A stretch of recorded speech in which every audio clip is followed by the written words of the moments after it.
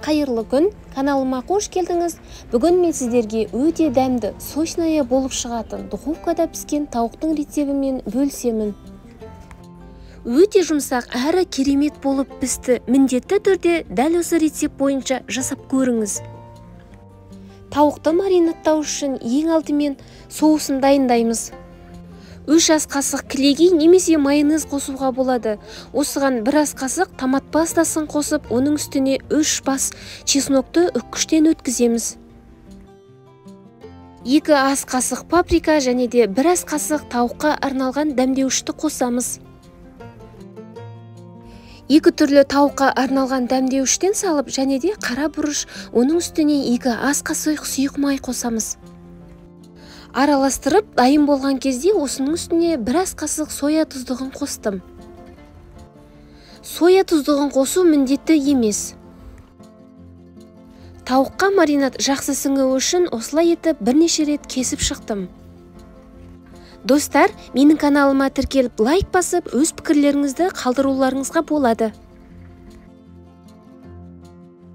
Дайындап алған соустың аз ғана бөлігін көкөністерге қалтырамыз.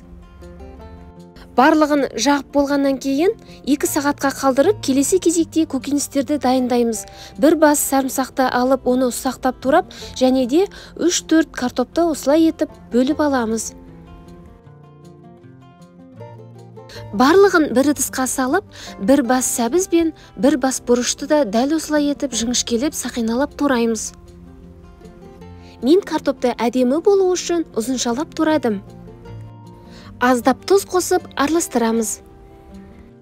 Достар, тауыққа арналған дәмдеуіштің құрамында тұз аздау болса, кәдімгідей тұздан да көбейтіп қосып жіберуге болады. Мендегі дәмдеуіштің құрамында тұздың мөлшері көп болғандықтан мен оған тұз қоспадым, тек қана көкөністерге ғана қостым. Осындай решеткаға немесе решетка болмаса, духовканың үстіне көкөністердің бетіне салып пісіруге болады. Алдын ала қызып тұрған пеште 180 градуста 1,5 сағаттай пісіріп аламыз. Осымен тамағымыз дайын, өте дәмді болып шығады. Міндетті түрде жасап көріңіз. Достар, каналыма тіркеліп, қоңырауша белгісін басып қоюды ұмытпаңыз. Сіздерді өз каналымда күтемін.